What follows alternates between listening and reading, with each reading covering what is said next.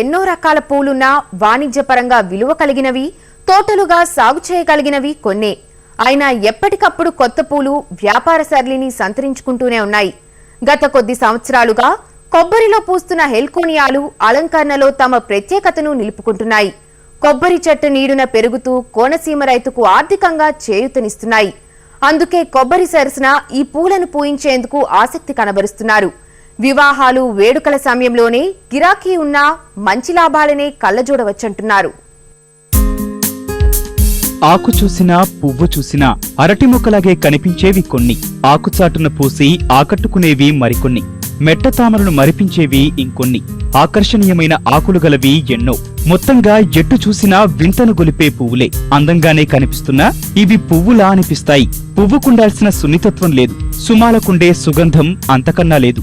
వాడైన రెక్కలు, కూర్చినట్టు వ్రేలాడే విరులు, కుత్తుగా పూసిన పువ్వులు, దేనికదే తన ప్రత్యేకతను చాటుతున్న ఈ విరుల అందాలకు వేదికైంది తూర్పుగోదావరి జిల్లా రావులపాలెం మండలం వెదిరేశ్వరం గ్రామం. ఆశ్చర్యవందించే పూలను పూయించి అమ్మకానికి పెట్టిన రైతు దండు రాజేష్ వర్మ మొత్తం 20కి పైగా రకాల మొక్కలను కొబ్బరి నీడన పెంచుతున్నానంటున్నారు. ఈ కొబ్బరి తోట అంతర పంటగా అట్టి తోట మీద ఇది బాగుంటుందని బాగా ఉంటుందని ఇది వేసాను. ఒక పిల్లకేస్తే ఇప్పుడు 20 పిల్లకలు వచ్చినాయి. ఇలాగ 20 రకాల దాకా వేసాను. 20 రకాల దాకా వేస్తే ఇప్పుడు కళ్యాణ మండపాలకి బాగా పట్టుకెళ్తున్నారు. కళ్యాణ మండపాలకి డెకరేషన్ బాగా పట్టుకెళ్తున్నారు. Heliconia, song of India, dress of America, king of Victoria, talent cannas, ఇంకా 10 రకాల పూలు 20 రకాల పూలు మొక్కలు వేసాం.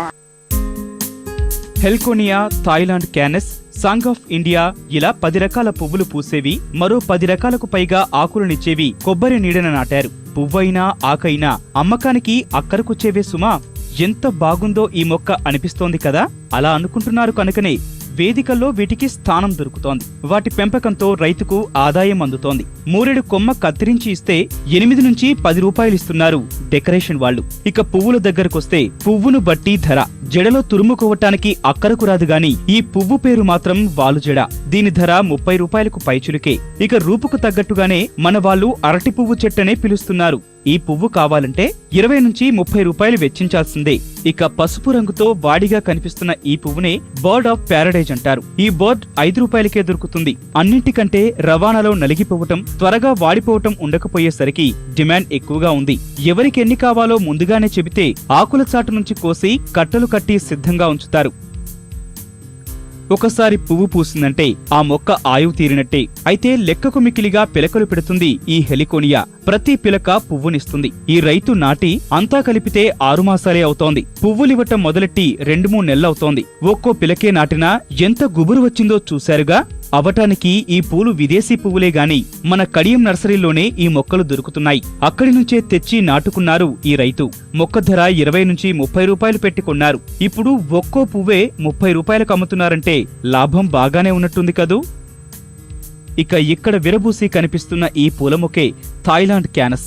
మొక్కలుగా అమ్ముదామని పూలను కొయ్యకుండా ఉంచారు. మిగతా మొక్కలతో పోలిస్తే ఇది మరింత కొత్త మొక్క. మరి పూల అమ్మకం కంటే మొక్క అమ్మకం ఆదాయాన్నిస్తుందన్నది వర్మ ఆలోచన. ఏదైనా కొబ్బరి నీడన వీలైనంత ఎక్కువ కూడబెట్టాలన్న యోచన.